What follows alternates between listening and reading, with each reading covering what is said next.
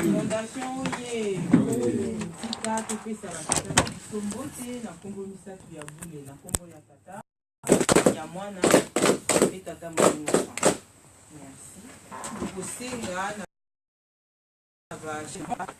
Richard, Tika, maman Sabine, maman c'est le responsable, bakoka kote la biso et papa Adrien a la biso, responsable ya Mangombe, bambuta la biso, tozalaka na esengo ya koyamba bino parce que vous allez couper sa biso vraiment ba éclaircissement na makambo to comprendre kate na yango ezali esengo pona biso bana na bino koyamba bino.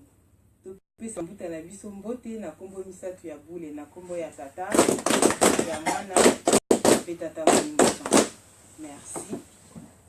Tozali pe na ba doyen na biso bawa bazalaka na tango tous les mardis bazalaka na biso pona ko éclaircir biso na ba makambo yo yebaka vraiment te toujours kosunga biso. Vous avez vraiment la richesse ebele na kati na paroisse na biso.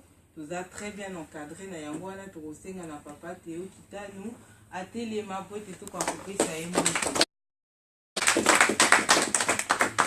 Tika topesa doyen na biso mbote na kombo misatu ya bule na kombo ya tata ya mwana pe tata molimo. Nde tokosenga na maman pasteur maman Kana atelema po ete tokopesa ye mbote. Tika topesa maman pasteur encadrante na biso mbote na kombo misatu ya bule na kombo ya tata ya mwana pe tata molimo. Merci. Nde tosengi na papa pasteur Mvula atelemela biso tokopesa ye mbote. Ba jeune oye. Tika topesa papa pasteur responsable na biso mbote na kombo misatu ya bule na kombo ya tata ya mwana pe tata molimo.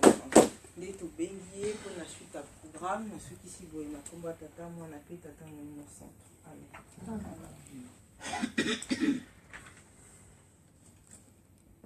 Na kombo ya tata ya mwana pe tata molimo santo na kanisi tokomi 20h mais tokoko koma na biso na 21h et tosilisi dérogation mwa moke s'il vous plaît parce que bana tongo ndenge nabimaki na tongo nazali toujours na service ya mosala ya tata nzambe te ndenge tokomi na ero yango wana olimbisa tozalaki na ekipe protocole awa makambo ezalaki mwa makasi osikisaki kala mingi te na ekipe wana ya protocole.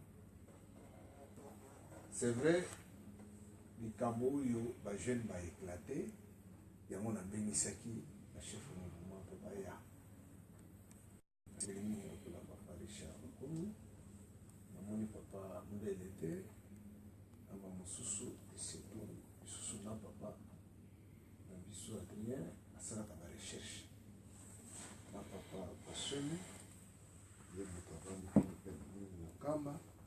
Problème na biso ezali nini tolobanaki awa likambo oyo tolobaka papa Simon Kimba Okiangani oye papa Simon Kimba Okiangani oli musa. Est-ce que tozane argument ya koprésenter na baninga oyo bazokonteste ye yango tolingaki ete bajeune bakoka kozala argumenté pour kosignifier ya solo ke papa Simon Kimba Okiangani aza mosa ndenge balobi bajeune basengeli bayeba mokolo monene prophétie nini oyo ebimaka avant ya botama toti dekotike yango na ndenge abotamaki kokola na ye avant akoma chef spirituel makambo nini elekaki batémoignage nini bato bazali na yango na biso awa toyebi biso bana ya Paris Saint-Denis à partir oyo ye akomi mokonzi ya bule chef spirituel makambo nini témoignage nini tozali na yango ya bonzambe na ye, divinité na ye en tant que Saint-Esprit. Yango na tolingaki baargument wana ezwama po efacilité bana na biso bajeune batia yango na kaye vert badistribue yango na baninga na bango parce que bayebaka te toza na guerre na lingomba. Guerre ezali nini? Contestation ya molimo centre na sa divinité papa Simon Kimbangu kiagani ale bato bakabwani mpona nini balobi ke azali molimo centre ekumi pasi. Yango biso tolingi ete tokoka kovalorize to koloba ya solo ye azali molimo centre, tozala na évangile oyo ya biso ya koyeba ke ya solo azali molimo centre. E na mwa makanisi na biso yango toye na kati ya déclenchement ya forum bajeune basali oyo deuxième jour officiellement tozokota na kati ya événement oyo ya koloba ke papa Simon Kimbangu Kiangani azali molimo centre. Yango wana papa président Yejiki azali empêché ye moto azalaka police de débat na ndenge tosalaka yango, mais rien n'empêche ndenge tozali nabengi papa Diak Yaka zala wana omene exécution ya police ya débat na ndenge tokokozala et boyo bazali koenregistre baenregistre yango na ndenge batémoignage ekoleka awa. C'est vrai tobiangamaki biso banso tolobaka tozala na hypocrisie te soki nzambe alobi tosala mosala ne na solo oyo toyebi yango wana tokoloba soki tozobomba kote oyo biso tozoloba oye molimo centre me na motema argument eza te. Yango tolingi bana na biso bazala argumenté malgré bazolanda ere mosusu na ba YouTube, mais biso paroisse tolobi toappuye idée bajeune babimisi oyo ete tokoka komanifeste volonté na biso ya kolobela makambo ya papa Simon Kimbangu Kiangani en tant que sa divinité papa Simon Kimbangu Kiangani en tant que Saint-Esprit kamwana yango ebomi mokili na ntango oyo yango esekue lingomba yango epesi biso makambo mosusu bokabwani po bato mosusu na nga mosusu balobi aza molimo centre te. Donc l'influence négative wana oyo ezokoya de côté yango tokoboya yango na baargument na biso oyo tozokosegmente to tozokoattribuer la personnalité to la divinité ya papa Simon Kimbangu Kiangani. Voilà ndenge tokosalela biso fois passé tozalaki na cahier pastoral. J'espère papa Nkodi peut me rappeler tolobelaki personnalité ya Saint-Esprit baattribution na ye, mais quelque part tosilisa kite programme wana mais tolobelaki baattribution personnalité ya Saint-Esprit baattribution ya Saint-Esprit na baction na ye ya Saint-Esprit tolobelaki yango na cahier pastoral. Mais tikalaki tout présenter loko moko to présentaki yango te. Alors na sens oyo tozali na yango lelo toza na problème d'abord il y a prophétie ya naissance na ye, après tokokota na jeunesse na ye ba miracle nini oyo aoperaki oyo zoko komonisa biso ke aza na attribution ya omniscience omniprésent et nyonso wana baattribution oyo bapesaka nzambe na ndenge ekoki. Voilà, toleki maintenant na ba présentation na bato bazali na ba témoignage na oyo bayebi likambo ya tata Nzambe na biso papa Simon Kimbangu. Juste une précision par rapport aux sources où il y a un vraiment problème.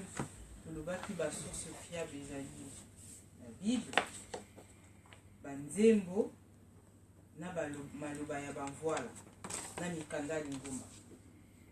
Donc à chaque fois, ceux qui nous allient na ba témoignage à Koloba, tout mekaka, pour ça la rapprochement, na ba source ou na ba source fiable, où il faut son abisso pour appuyer argumentation na biso. Merci beaucoup. Je pense que ndenge papa passé à Koloba. Tokoyo que lango likambo sonité.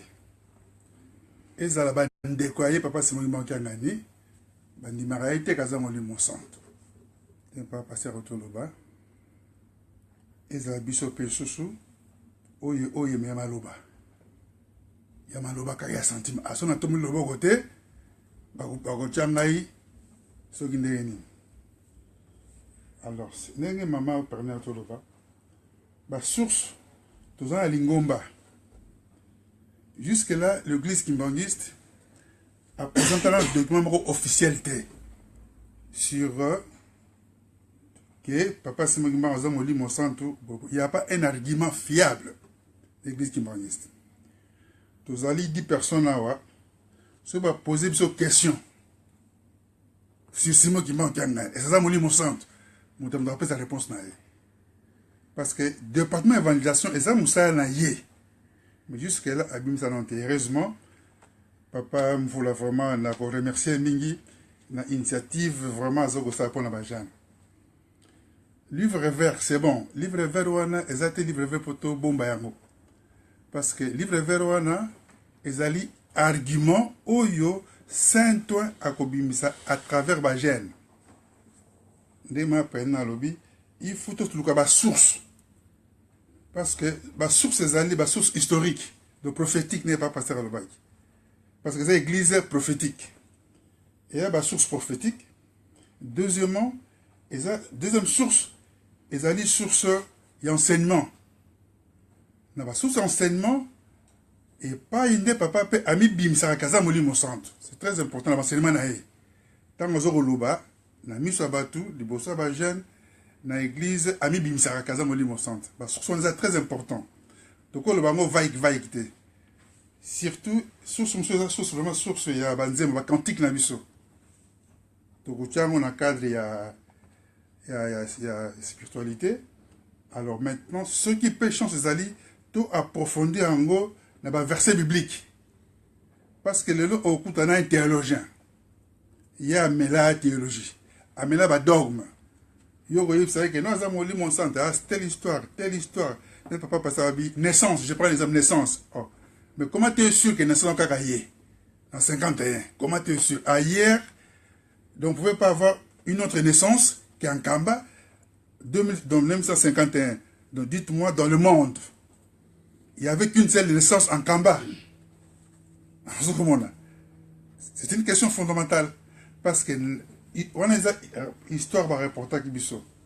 Et on a précision on a vraiment pour que ait facilité pour un livre vert. Alors par rapport à ça, je réfléchis un peu.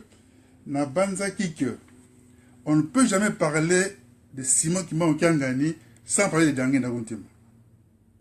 Na habité parce que Yemrazoloba, Olobi Akala, Olobi Asik. Parce que c'est une continuité. Il y a Simon Kimbangu, Molimo Centre. C'est le même attribut, Batumi Satouane. Attribut Zamoko, Saint-Esprit. Simon Kimbangu, Saint-Esprit. Diangenda, Saint-Esprit. Simon Kimbangu, Saint-Esprit. Alors, mais 3 personnes différentes physiquement, mais avec même attribut. Naïbiteye, président Azati Aïchiki, et on a porté, j'ai beaucoup réfléchi là-dessus, parce que Bissom Soutozali a paix, si on va poser une question, il y a Diangen Molim au centre, Je pense qu'on n'a pas vraiment une argumentation solide et à retenir l'attribution. Je voulais proposer que ceux qui on peut faire un tableau, classifier Simon Kimbangu, Diangenda, Simon Kiangani comme ça, na ba tribu wana sur la source, tout me rappelle que je ne sais pas ce qui beaucoup de monde en père pasteur.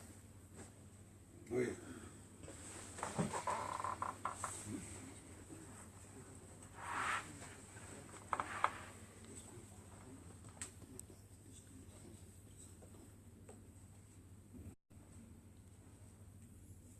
Tout toyoki ndenge papa apesi suggestion ya suka oui soki lelo tolobi papa Simon Kimbangu kianga naza mosa il est de père yango tolobaki ekokende malem na ba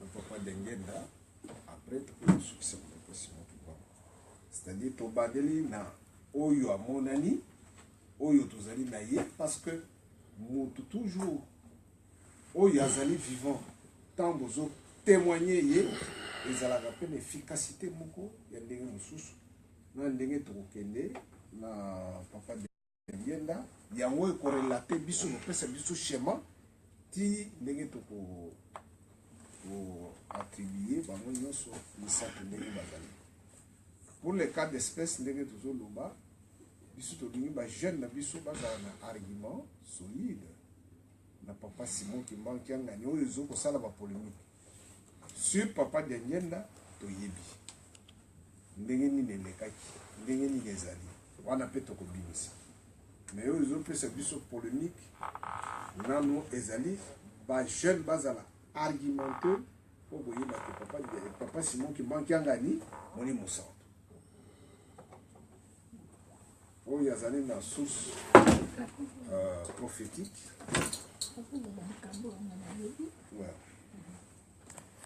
Na kombo ya tata mosantu papa pasteur merci kopesanga liloba ya solo bato baza na doute me ngai nazalaka na doute lisusu te nazalaka na doute te nazalaki mpe na yango te me ngai natunaka na ba oyo bazalaki kozala mingi na papa Mfuma Longo papa Dengenda ba musicien ezalaki ntango papa Simon Kimbangu kiangani abandi mosala ke papa Mfuma Mbanza atiki biso papa Simon Kimbangu kiangani azwi mosala na ntango bato bazalaki ntango résolution ebimaki bato baza kotia tembe est-ce que papa moto asini yango est-ce que papa Simon Kimbangu kiangani ntango abimi na nkamba ayaki na Kisasa aexplikaki biso ke te boloba est-ce que botika est-ce que ngai moto nasini résolution après ntango alongwe na nkamba alongwe na Kisasa aleki Brazzaville nazwaki mpe na suite ya papa tant tokomaki tofandi na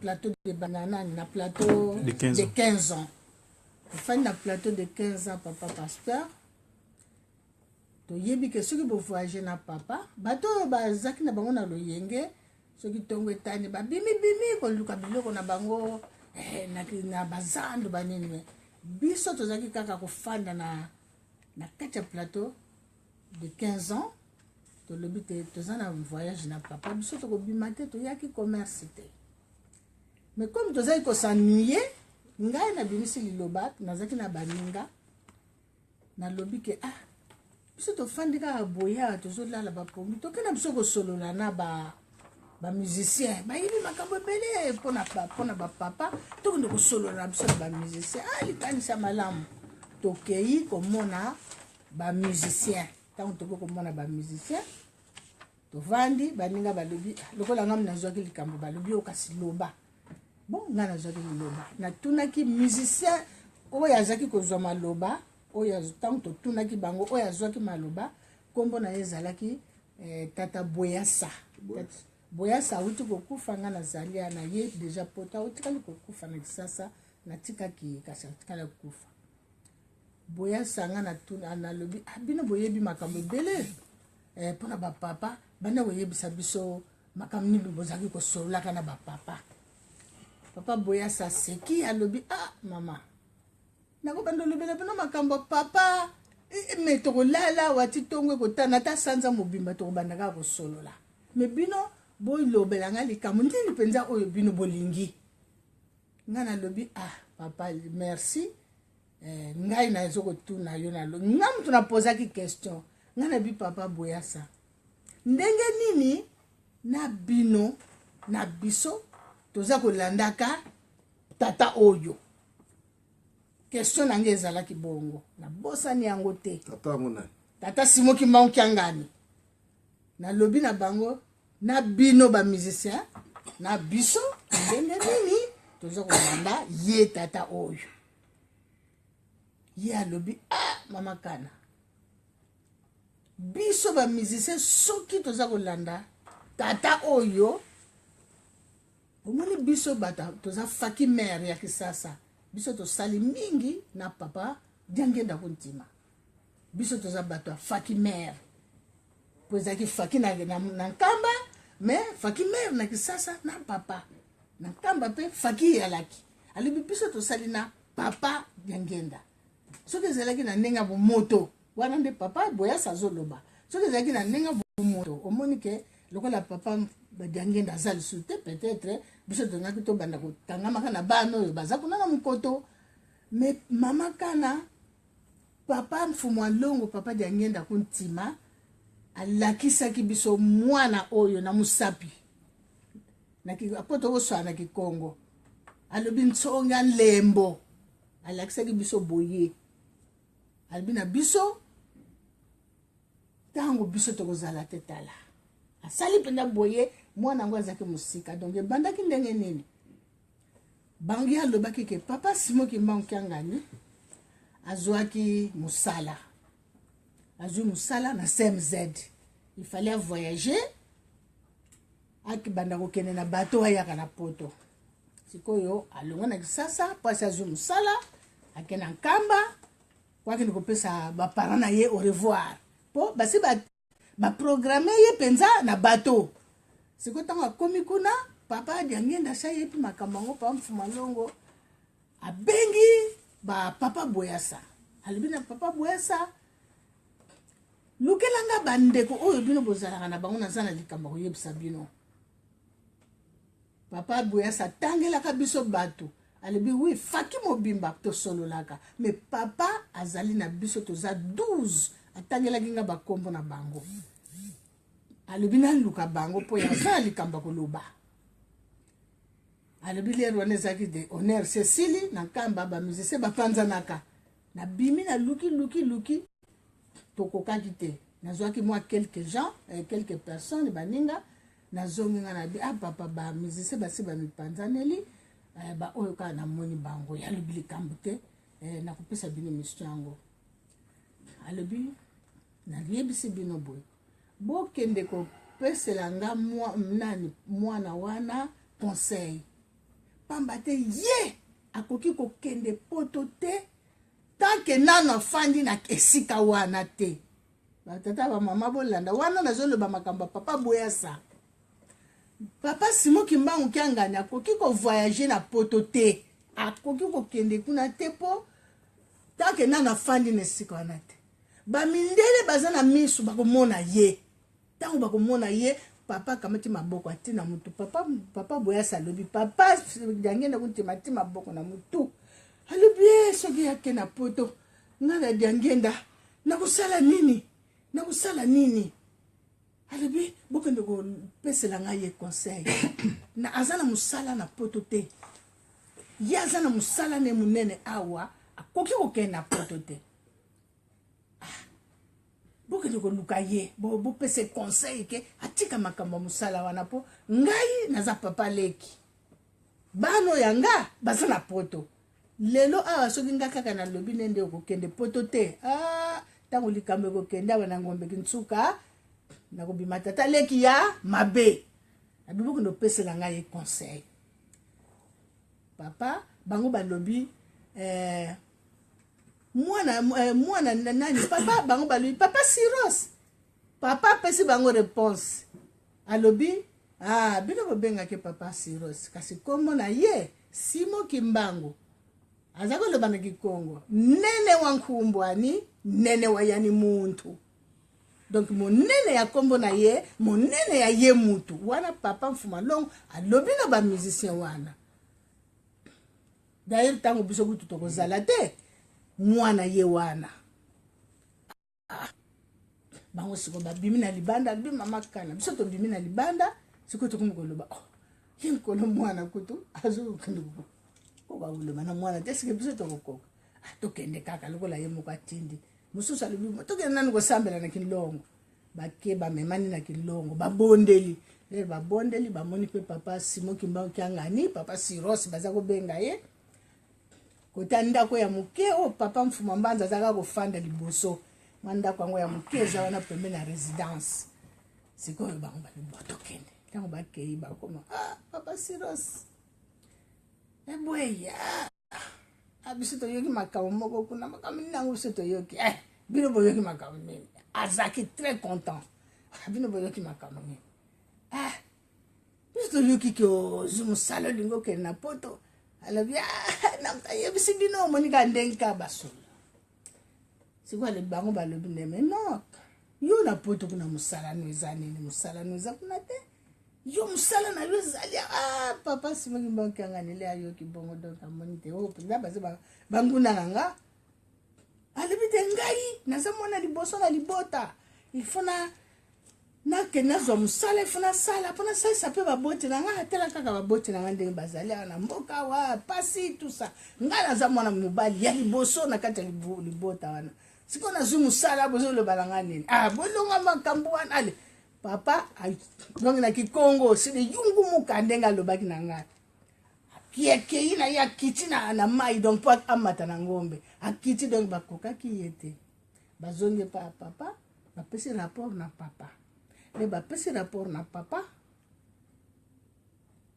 balobi papa en tout cas papa kuta alobi ayungu muki kuta kei ya kengombe alobi bon likambo te merci na bino quand même mais na kosala ndenge mususu papa diangi ndalobi na kosala ndenge mususu ali ba musicien wana bakena bango papa Simo Kimbangu Kiangani akende kitina Matadi akomi na Matadi c'est pas noko bazala na noko moko kuna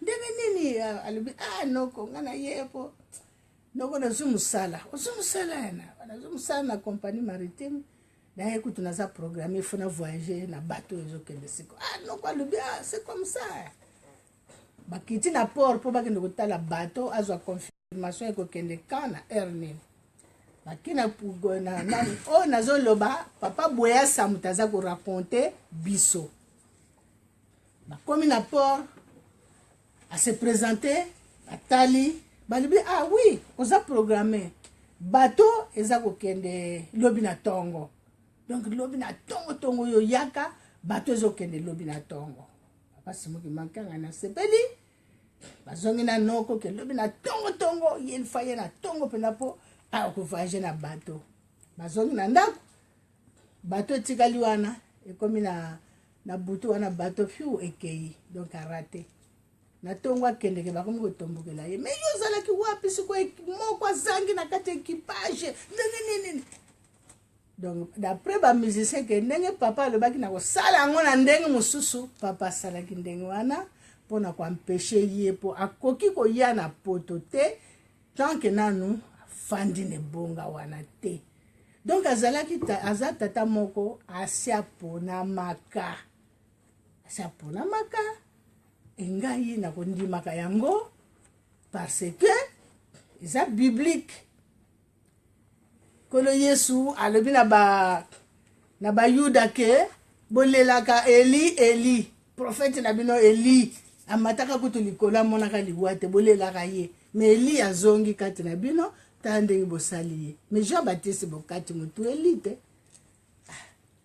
eza biblique réincarnation soki papa Simuki Mbangu kiangani azali molimo mosantu tokodiskute nango mpona nini lisolo mosusu alobelaki biso ya oya bamama bazalaki na bazemi bamama nyonso misato bazalaki na zemi mbala moko esalamaka mbala moko na ndenge baki kovivre wana ke bango misato bazala na zemi mbala moko papa Simuki Mbangu nano akufi te aza na Lubumbashi asololi na mwana na ye alobi bamama basi na bino baza na bazemi me oyo akobota mwana mobali aboti ngai sikoyo baza kotala tango mama oyo ankamba aboti mwana mobali papa Mfumalongo alobi examen kiele kwa mbuta kiangani examen kiele kwa mbuta kiangani donc mbuta kiangani azwi examen yango alo mwana wana pelera bota mi bapesi ekombo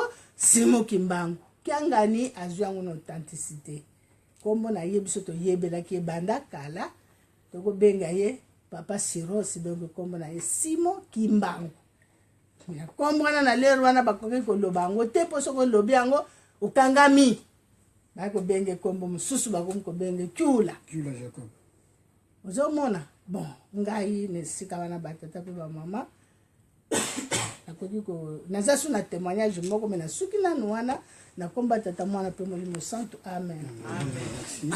Nani susu papa pied gauche permettez mais source wana permettez parce que tout est alors source wana ya témoignage de papa Boesa bon tiens on a source nini témoignage le contemporain de papa Dengue Ndakuntima qui témoigne à propos de papa Simuki Mbangu.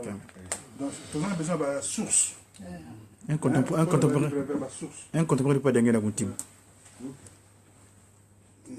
nakomba tata mpe ya mwana mpe molio mosantu na sepeli mingi na initiative oyo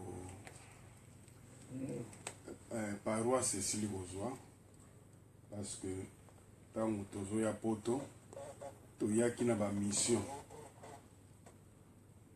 personnellement nayebaki mission na ngai te mais na bacirconstance oyo tozomonaka déjà objectif ya mutu moko moko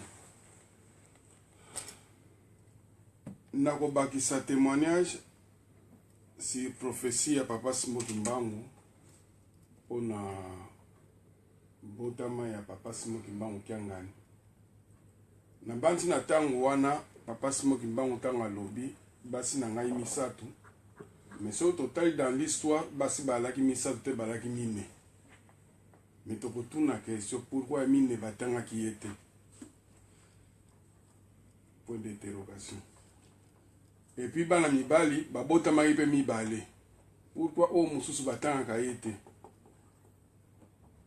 bokomona yango eza lokola likambo ya sika me ya sika te parce que mwasi oyo mama Mwilu ye tabayelaki donc bana na ye basi mwasi oyo mama Mwilu abayelaki papa Kulutu ye nde mama Nsalulu yango wana moyeba tanga mpe mwana mobali oyo abotamaki so na 51 wana ezalaki te alors soki tozwi historique ya période de silence oyo kobanda 51 oyo bana na misato oyo toyebi mibale ya basi na mwana mobali moko ti mokolo ya lelo ube ti mokolo ya 2001 ntango bapremier chef spirituel na biso nyonso basili na kokufa puisque bapremier chef spirituel na biso bazalaki lokola bango misato papa Diangenda, papa Kisolokele, papa Dialungana. Donc ti na 2001 pendant les périodes de silence wana pour to découvrir ya solo nani yango Simuki Mbangu oyo abotamaki na kati na bango nyonso bakoko ya Simuki Mbangu na banzi historique ya jeunesse na bango to profiter to zwaki chance ya kofana na bango nyonso kasi to akomona mwana oyo abandaki kokola ndenge kolo iso anda osala makambo mike mike ndenge papa simu banga nasala makama mike ndenge papa pe banda sala makama mike ezalaki nde papa otobengaki cirrhose. Exemple ya liboso na kopesa mpona ngai moko na 1976. Par exemple, témoignage. Témoignage à liboso na 1976. Le 17 novembre, aza kobongisa mariage na ye, mais mission ya mosala yeli ye akende Kikwit na mboka moko babengi Lusanga. Abengisi ngai papa pied gauche yaka parce que nazalaki lokola petit na ye a confiance. Oyo lelo bakobenga bato bacharge de mission, mais lere wana yalaki petit a confiance. Kokoma na nga nakomi na Gombe, na pese na problème na yaki na lobito wana mariage ya ndeko moko aza kobala, mais elamba kolata ezate muninga na nga atindi ngai yo lokola bosolaka ne très bien yokelaka yo se ngai tolata uniforme moko nga na yo. Nakei nayebisi grand cirrhose tala master na sengai, donc Jean Masangi asengi tolata ne teni moko mais okanisela ngai te akufi na koseka. Abi bon petit problème. Na tongo ameminga na voiture ya papa Kisekele Opel o bapesaka ba député. To komi na kwe ya Bokasa. Ngala yebi ndenge tokebwa kozwa mbongo apesi ngai toke na kena magasin na somba bilambana tokolata na muninga. To komi na croisement Bokasa avec du commerce. Akangi voiture na ye alobi na ngai. Comment pas na telami 400 na kwe wana, premier magasin, deuxième magasin, troisième magasin, okokota yango mekoloba eloko moko te.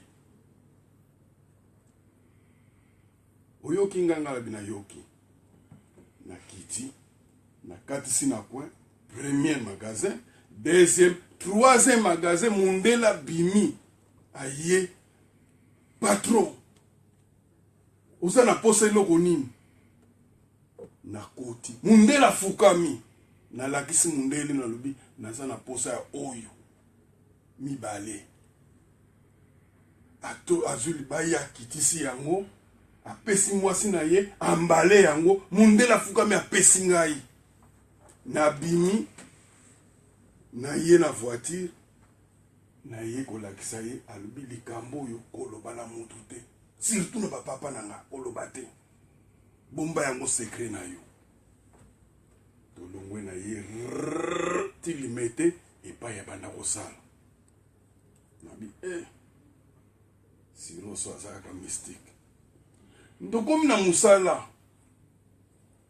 parce que ndenge mama kana alobi makambo ya CMZ ntango ekufaki asalaki na lingomba comme chauffeur ya tata na ye bakokuta ye un Zaïre atiki musala wana na ndenge babengisaki ayaki Kinshasa abandi kosala na Onatra 6 mois na Onatra bafutaka ye te nde messangelo azwi ye na garage nde toye na ye ti na garage pa ya messangelo apresente nga na messangelo que c'est mon cousin tozosololana messangelo alobi na ngai yo oza na chance ya kozala cousin ya mwana oyo mais mwana yango namonake mystique.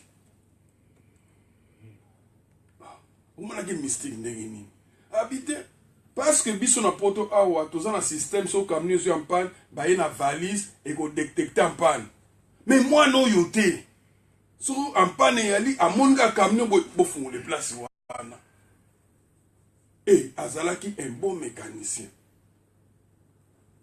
wana témoignage à liboso jour mosusu tolali alobi na ngai papier gauche lelo na butu molimo ezwi ngai makasi loko abanda kolala na pa firme mbetu moko kutu firme akwei na mabele na koexplike yo ndenge ezalaki na nzela toyeli te tokoti na camion ya kunde bembe bisalaki mécanicien na pa messangelo baki na contrat kobongisaka bakunde bembe tobandi oya na kunde bembe abandi orakonte ngai omoni epai nyonso kokende soki oza na problème okoyemba nzembo oyo nzembo wana koko ayaka mbala moko nzembo wana butu ntango nayembi yango molimo ezwaki nga makasi mpenza tobandaka nano koyemba nzembo yango wana vola tobandi abandi nzembo yango akwamenwizowa twasanisi na isuwa ntango tokoti na refrain mbala moko molimo ezwi ye makasi na kati ya vola papapapapale mbala moko frekwa abandi oningana papapapapa ekokita esili alobi na ngai epai nyonso kozala probleme yango ezala ndenge nini balingi osala yo yemba nzembo oyo koko akoya mbala moko nabina yoki naye komona témoignage mosusu ya monene ntango mission wana ya lusanga na kikwiti ye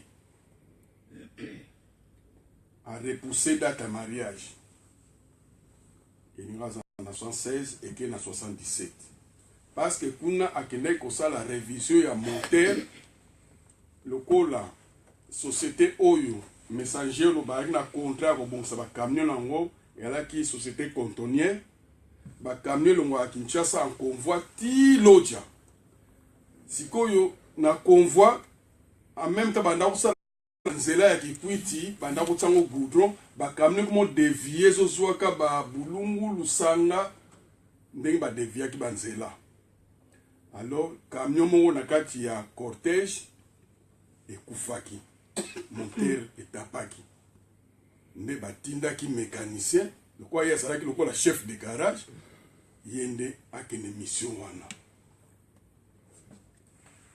voyage wana nga nakendaki yango te mais ezalaki nalanda ye après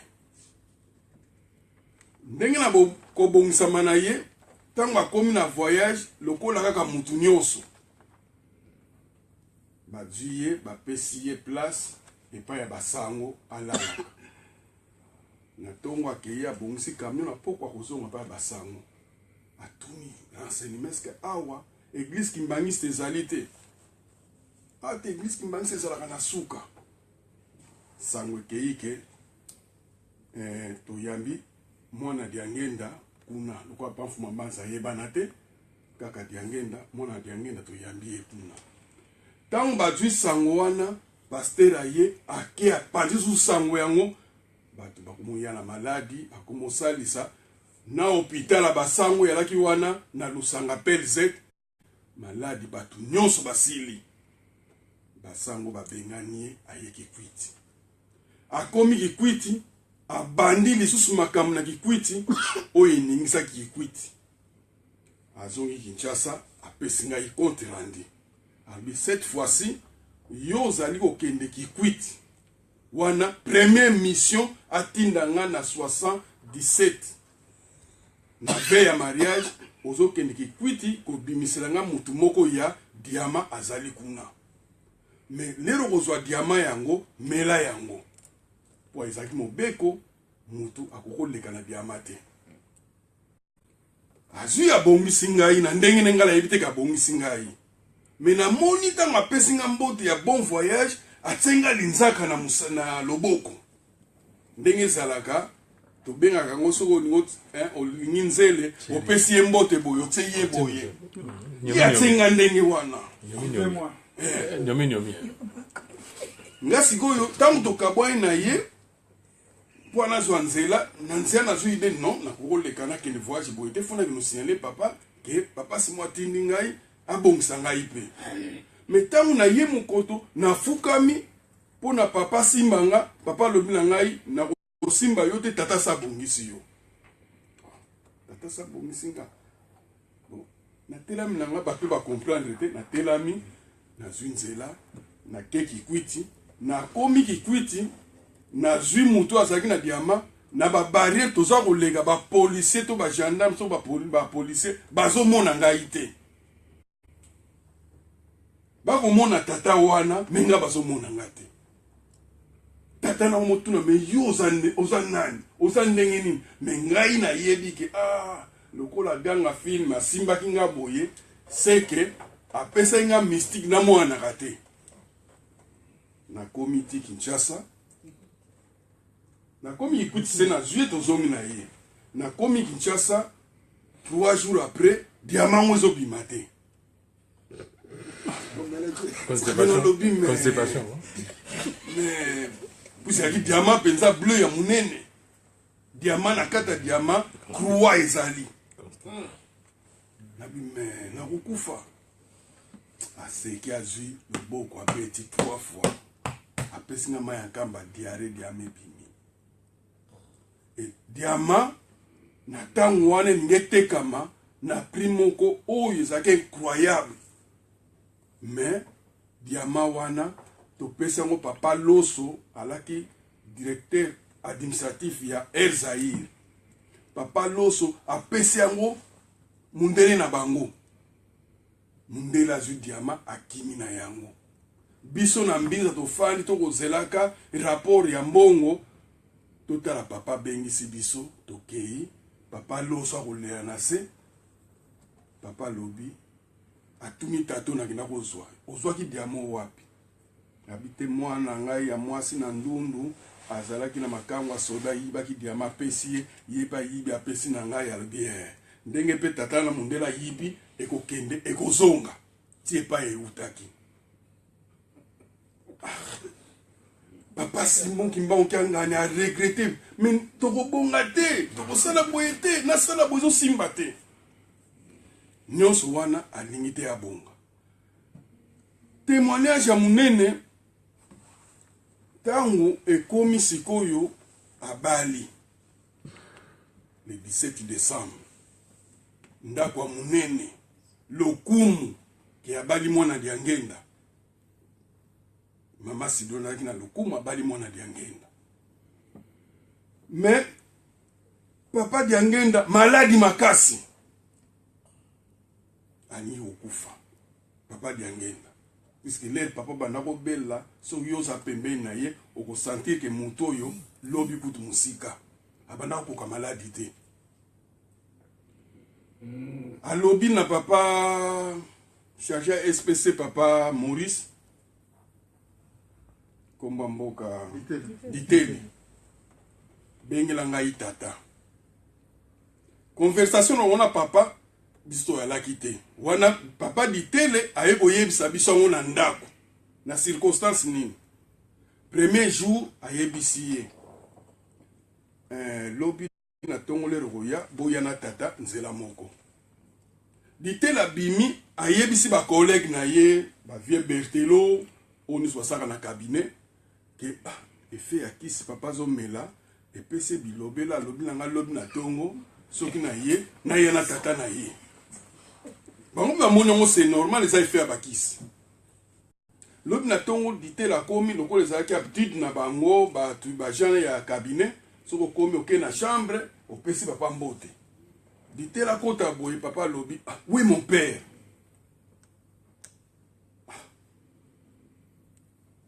azonga yebisi bango me atuninga tata na ye na pokwa soki nakopesa mbote bo agele alobi soki lobi tata na nga oye na ye te nakoyamba yo te okotawa te amoni ekomi sérieux asoki courage lobi ntango akei agangeli ye abime papa tata nango nani abime oyebi ete bobetaka ne dame sirose puisque Simon lokwaki chômeur mosala kaka ya dame so tokobeta wana biso nyonso soki kope atindi ngai kende tofanda boye totala ditela ye tozomela petit déjeuner ditela afukami ditela afukamaka te lelo afukami likambo nini bite tala makambo eleki kuna tala boye tala pasi mwa bia na okenda ngai te te pardon mpe tokenda bina kokende te koloba makambo mosusu ya te na babiloko nakokende te Dépassé. bolimisanga na so te Dépassé, c'est bon. bon Baniki bazali. tokei tokomi kuna nga natikali na ngai na libanda ye akoti na chambre oyo sikoyo papa Simon azopesa nga compte rendu ndenge tata na ye ayebisi ye kuna pusi nga nakotaki chambre te me nakonfirmaki yango pusi befe eyaki na nsima kokota koti azalaki d'abord na kanda ye mpe tata boni otiki ngai boye eske okotambusa lingomba na yo na kanda basololi abimi kuna nakonfirmaki makambo oyo ayebisaki ye kuna parce que 2 jours après changement ya vie ya papa Simon ebebi lisusu koleka eprovokaki même kokabola libala na ye na mwasi na ye pendant 5 ans oyo mama Fuma Mbanza ndako loba na ngai naza na pasi balingaka ngai te mpo na bota molimo mosantu wana témoignage mpona jeunesse na ye kaka towuti kikwiti ngai nake Chikapa ye aye na kozela nga Idiofa ngai nabimi Chikapa nakoma na Idiofa yindi déjà 11 km tozoyoka solo babite Mobutu a bombardé des localités kuna yango wana bomoni milingana nyonso kuna tokomobanga biso nyonso me tokende kaka ntango tokomi Idiofa baye koapprendre biso ke ya 2 problèmes awa ya Kasongo na Kimbangu. Kasongo nani, Kimbangu nani? Kimbangu koko ya Simon Kimbangu. Kasongo azali membre cofondateur na IDPS. Alors ndenge babongisa basala coup d'état ya Mobutu, Mobutu akosala tournée na Bandundu. Mobutu aye déjà Kikwiti, akolonga Kikwiti akokoma Idiofa. Mais na tournée na bango azako yambaka batmi balemi baina ba confession. Lokola l'église kimbangista ko yambe pasteur na directeur des protocoles. Alors du directeur des protocoles oyo azalaki wana lokola biso leo tozala bienvenu balongoli bienvenu bazui Kasongo balobi yo awuti Kinshasa ayebi ko yamba bato. Et coïncide juste na arrivé ya papa Simon Kimbangu Kiangani na mboka wana. Et lobi Mobutu azali koya. Et pesi ndungu bruye kei bayi komona ke non Kasongo wana azali Kimbangu c'est un homme suspect. Na ndenge Satan abongisa ke Kasongo wana tango bakoyamba bango akoboma Mobutu na makofi. Alors bayisi Mobutu ko yali susu te puisque awa Teresa ya kobeba. Mobutu atuni papa. Papa pese formation que moi na yo t'a préparé coup d'état. Atuni omo makami osali ngai apina salini. Moi na yo azali awo. Mobutu papa lo bite moi na ngani na sakuna. Sala oyo nyonso komona. Mobutu pesi ordre mirage et lui et bombardé ba localité na mibale tina lelo tikala kaka ndengo. Mais na minute wana tango ba bombarder yango papa Simon bakangaki ye. Mais na ndenga abungelaka akeko se retrouver azana Kinshasa.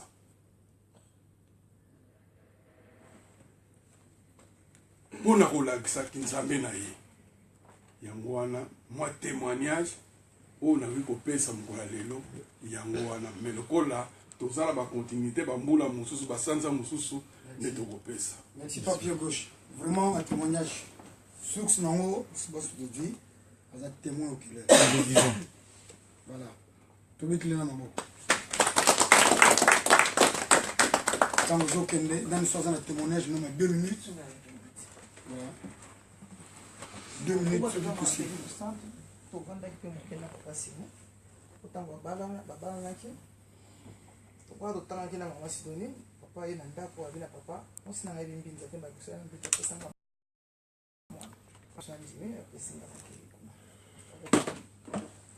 Kumsuka na zwi idea na ibisi papa. Kuna benga nenge kapa papa serious. Na ibisi papa. Ngaza un problème cousin nga wuti na Arabie Saoudite ba ba na salemi. Ayi kozonga basali opération belé kuna. Mais oli ba soigner kuna yepe alobi poni bozoti na sona bichas na ndokufa. Pasi na ngezwami abo soigner nga. Mais ba tindi azana clinique ngalema. Sikoyo mama na biso asa tata mwasine awa. Ngana zo singe pai na yo bikisa ye. Mais tango na singa ke pai na za azaki na kanisi moko te makamela ko singa papa fono po ina singa pa na ye ninga kaka ide ninga to vanda ka to solo to lia ka to seka ka papier gauche wana mina fuka maki na singi yango abi masabe na muno lugla makambo ngasa nga mwana mkeza makambo langa te eza ko papa linga bi pardon papa sali sanga ye obikisa ye abi te eza makambo langa ya papa leke papa leke za na poto tango akozonga ngai na kumemoti na ndako na chambre na memi na chambre papa ka na chambre au solo na ye 4 jours après cousin nga ko fi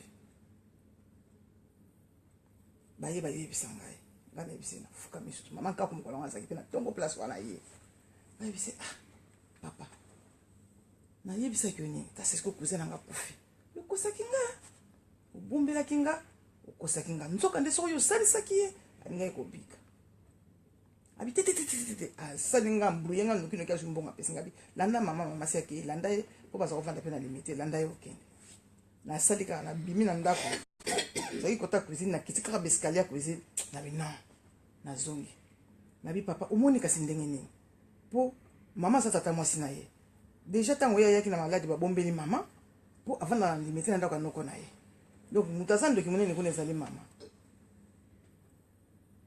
papa isi albi nanga donc ngelo bana tuka mwana oyo sisi mama kakomba moka so mwana oza mayele ni akindiki ba pisi mbonga zungi yesus papa bi atungisa kanga mibona nina lakseka bokamata bizela tia fuka mato bondela kasi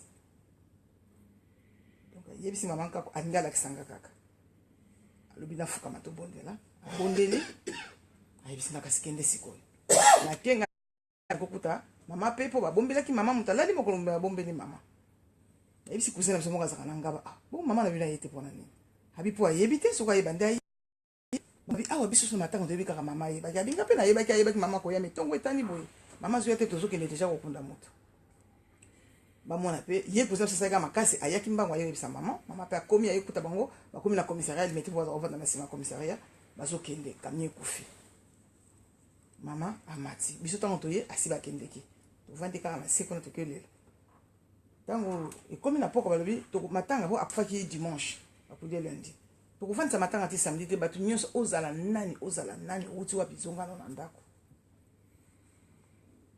ozala nani batu batikala kaka batu bavanda na lupango oyo batu bavoisin na biso so bakovanda tati leur nini ba 0 heure bakebe moto akolala bati batu nyonso mpe bazongi ntango batu bazongi bakei bamama mpe basimbi nzela na biso nyonso tozalaki wana tozongi tokei na butu batikali balobi fo tobeta ndoki awa na lupango bandoki baye bayaki matanga tokobeta bango la moko babandi kobeta bandoki bazobeta tata na biso na mama na biso balobi ebotika mobali ne makambo tata mwasi ne kamta za ndoki mobali na ya za ndoki te babeti me batakisa babi bakoma bato bauti po mbinza bibakoboma bato bauti wana kuzala nga vandi asoseka bato bayi Félicien vandi awa me mama na bino bazobete kuna te ya lobi atika bango boya bi mama si azongaki tango bata ya mawa bamoni poni babeti ndoki boye vraiment bazobeta ndoki bakoboma ndoki ya bato biso ta quartier to so makambo tango bakaboli boye nzoka bazobeta tata ndako wana na mama ndako wana bazobeta noko ya mwana ya cousin nango wana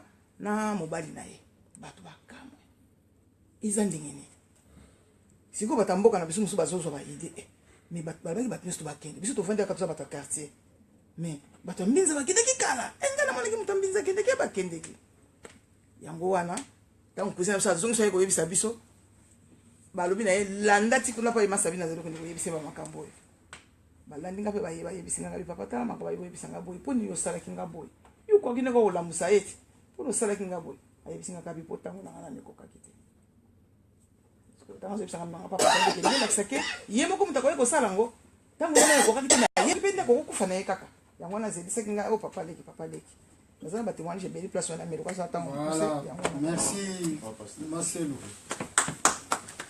papa lisika Merci beaucoup. ntango ezokende navomela ngai te nakombola ta molimo santo ngai nakopesa na ngai témoignage te nakopesa un peu une petite démonstration ya biblique et puis la foi par rapport à cela pour confirmer que Papa Simon Kimbangu Kiangani c'est lui le Saint-Esprit. C'est tout à fait normal aujourd'hui que va contester Papa Simon Kiangani.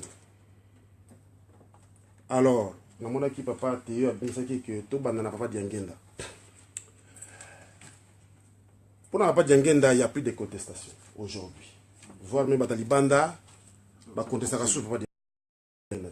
Pas de frères et sœurs. Alors, en ce jour, si on doit contester papa Simon Kimbangu Kiangani Molimo Santo, c'est normal. Nous tout ça été parce que bazali kaka ko confirmer la Bible. La Bible est claire là-dessus que il avait bien précisé que Mokili et Koyeba Molimo Santo te. C'est la Bible. Référence. Jean 14, tout le monde de verset 15, c'est à 17. C'est dans la Bible. Donc, lorsque les gens contestent ce aujourd'hui, il y a une logique des choses qui se trouvent dans la Bible que le monde ne peut pas les recevoir. Le Oyo Aliboso. Tant mon papa Simon Kimbangu, le père, il était là, le coco. Il y a les puta tanga zalaki. Comme le temps de témoignage, je ne sais pas si Simon Kimbangu. Attends, le temps de tout à l'heure, belé, tu vas dans ma réunion, parce que Simon Kimbangu a sali makamu c'est parce que Simon Kimbangu a sali makamu c'est belé. Mais bah tu vas chaque fois attendre. Donc tant où il y a les pères, il y a les cocos, il y a les putas zalaki. Alors ça la mis comme ici. Autre lobby même que ayo bimisa roi na Belgique na prison. Ba sali mikanda ba ye ba aye asali makamande ngwana ba ta ko ndima yete. To ebi histoire même na bomwa na ye. Ba papa na ye bazo bokole papa kuyela. Aye bi sitan yo zalaki tenga na zalaki. Ba ndima kite ke ye wana Molimo Santo. Donc tant Molimo Santo azama mukili en œuvre en chair et en os, c'est impossible, et pas impossible, c'est difficile, parce que c'est biblique. Ça a été précisé par Koloyesu. Tant que le père Azalaki, histoire, même Tata na ye aboti a chaki tembe. Na likambwana ba ki eso na miso bato. Papa tant Azalaki ngana Azalaki na miza yelaki déjà. Papa ça qui so papa kuyela. Mais moi, normal. Mais déjà dans cette période,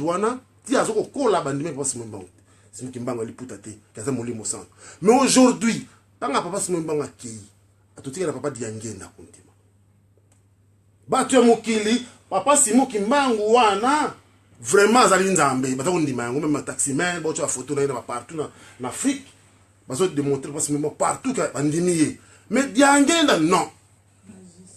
Tout le monde le contestait, voire même Tia Koufi, ma banga na bembe na ye à cause de l'Anzambé, te. Mutandima ki angote. Papa Diangenda, mais ngala repesa siko démonstration, il y a la foi. Il y a confirmé parce que moment qui a Molimo Santo. Et c'est confirmé par Bango Moko ba Molimo Santo, bon misato. Confirmation Papa Diangenda Molimo Santo, on t'a passé avec précision, c'était Papa Simon Kimbangu lui-même. Aibisi na batu kengai na 1900 na wana 1910 aibisi batu ta bazalaki na 1918 na kobota malisusu. Donc papa Simon Kimbangu ya liputa a confirmé Molimo Santo Papa Diangenda. C'est-à-dire na kobota malisusu.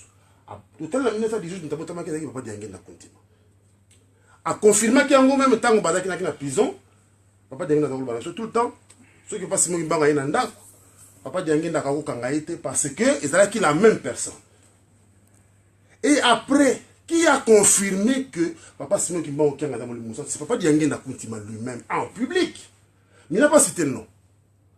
Il a dit en public, il allait jusqu'à ce jour dans YouTube. Alobi boye. Alobi, soki yo ponamate. Oroko vana kiti yo. Pendant 1 heure, on a vendu. Soko za lingi. Abanga atangi kumba bobe. Atangi kumba papa na soki nani. Yaka na yo na kotike la vanda. Mais soko sali 1 heure. Na kiti yo. Soko ponamate ko sala même pas 1 heure. C'est lui qui a confirmé, c'est lui-même Molimo Santo pas Diangé Nakouti, parce qu'il a été confirmé par lui-même le Molimo Santo le père.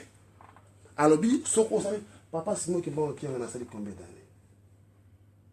Na kiti ona oyaye. Des années et des années.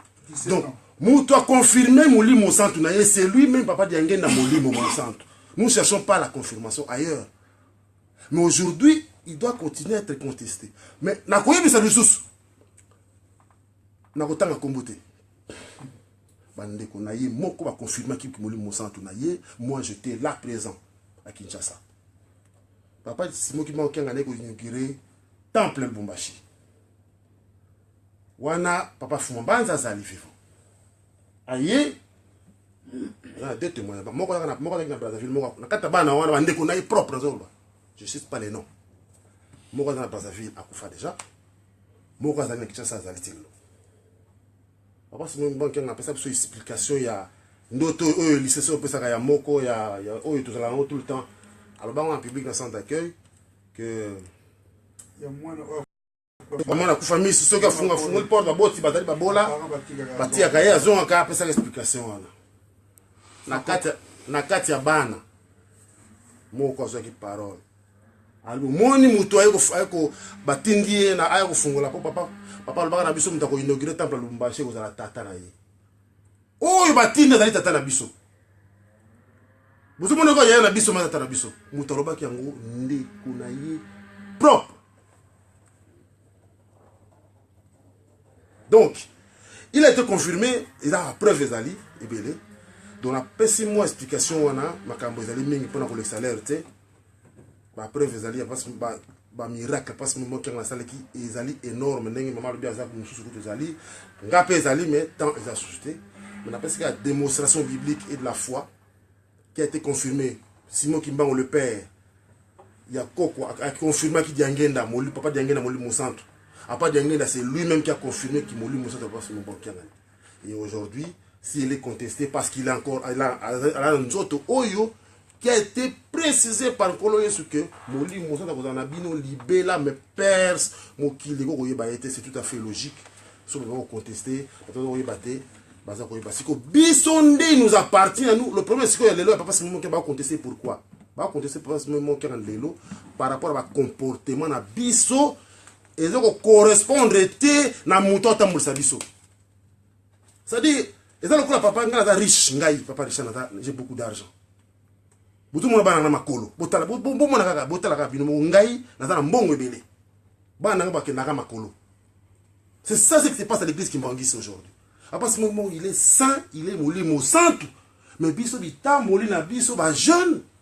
Et ça correspondre était pour te démontrer que ça Molimo Santo. Parce que biso to changer ki bizaï na biso ba Kimbangisi c'est ba jeune et que démontrer automatiquement que notre père il est le Saint-Esprit. C'est nous qui posons des problèmes, c'est pas papa c'est Molimo qui a des problèmes. D'accord, merci Père Richard. Merci. Donc Sikoyo Totikali na 20 donc Silissa, 10 minutes, on va passer à Rodjapo à conclure. Il y a mis balai tout ça, tu vas un témoignage. Témoignage de lobby, au moins 5 minutes. Mais non, papa. Témoignage, c'est bon. Bah, témoignage, il n'a pas. Et aussi la tête. Et aussi la tête. Témoignage aussi la tête. Parce que. Toqué d'abord papa Adrien, après papa Adrien. C'est ça. Bah, témoignage aussi là. Moi j'ai aussi la tête, voilà, c'est ce que j'allais dire. Na comment mon centre ndenge botai koloba surtout nde mama Bernard Zoloba il faut kozala basource fiable Capital. et la capitale bon ndenge na comprendre ndenge elwami déjà na moni tokoki korépartir basource wana en 5 les sources bibliques, les sources prophétiques, écrites, non écrites. Parce qu'il y a des sources écrites, non écrites. Et puis, il y a la source angélique, où il y a des cantiques, par rapport à la cantique, monokimban ou kiangani, il peut faire long ou bien Congo Angola Kubama. Donc, il y aura ça. Et la source pédagogique, l'enseignement papa Diangenda, ou papa envoie là, aux autres étayés, mais avant tout, comme on a sur les sources bibliques, nous avons moi juste parenthèse moko, tu as qui papa moko vendredi dernier, la culte le 27 avril, Azali révérend pasteur, Azali qui ancien militaire français parachutiste, et puis Azali qui ancien juge à tourné à Bobigny. Dans ma telle culte, na bisoti na souka, na qui le lendemain samedi, j'ai encore appris beaucoup de choses. Et j'ai vu plus que ce que j'ai vu quand j'étais avec vous à Fleury-Mérogis. Je me dis, mais qu'est-ce que tu as vu plus? Alors, maman Valeki, au moins 5 va passer. Maman Kana Lobaki, maman Karine Lobaki, maman Florence, jeune maman Ouattama Disco, maman Christine. Abi, les femmes sont compétentes. Mais tout ce que vous dites, ceux qui vous ont battu, souvent un autre mangiste, c'est comme si vous savez la doctrine vous inventez. Alors que ngai na yebi que maman mouilou n'a pas qu'il dans la Bible. Alors il faudrait ceux qui vont le comme la bino, ils appellent comme la biso, non biso. Vous pouvez savoir toute source biblique, pour ça na racine. Sinon il y a un balokuta. Ça qui ne contrôle pas maman Mouilou, ça qui ne contrôle pas maman Karine, ne contrôle pas maman Florence, ne contrôle pas maman Christine. Alors, et cause à la source qu'on peut appeler le Kouta. Donc, surtout qu'il y a une source biblique, il y a un système là, c'est que tous on va prendre la barre, on a pour la biso moroté. Pourtant, on va avoir un argument. Il va avoir un libanda. Soit bien un libanda siko. Ce qui est ça, papa qui va au cœur, écouter là, papa boit ça. Nous sommes en humanité. Pour la seconde humanité, nous sommes en Kati. Nous sommes en point. Nous sommes en point. Nous sommes en doctrine Nabino. Donc, si vous savez pas une source biblique, avec mon cas, tu démontres dans Zambé, tu as obligé de la papa envoie là, on n'a pas qu'il parce qu'ils sont obligés à parler de Jean 14, 16. Ils ont au boulot. Pour ça, toujours toutes les lignes de la Sama pour des sources bibliques. Tu vois qu'il y a la source prophétique. Tu as deux sortes de sources prophétiques. Source prophétique écrite. Non écrite. Surtout quand il y a la source prophétique écrite, tout le monde va l'entendre. Et là, comme on a déjà, nous aurons notre propre livre sacré dans lequel seront écrits des choses de la race noire et le peuple du Congo.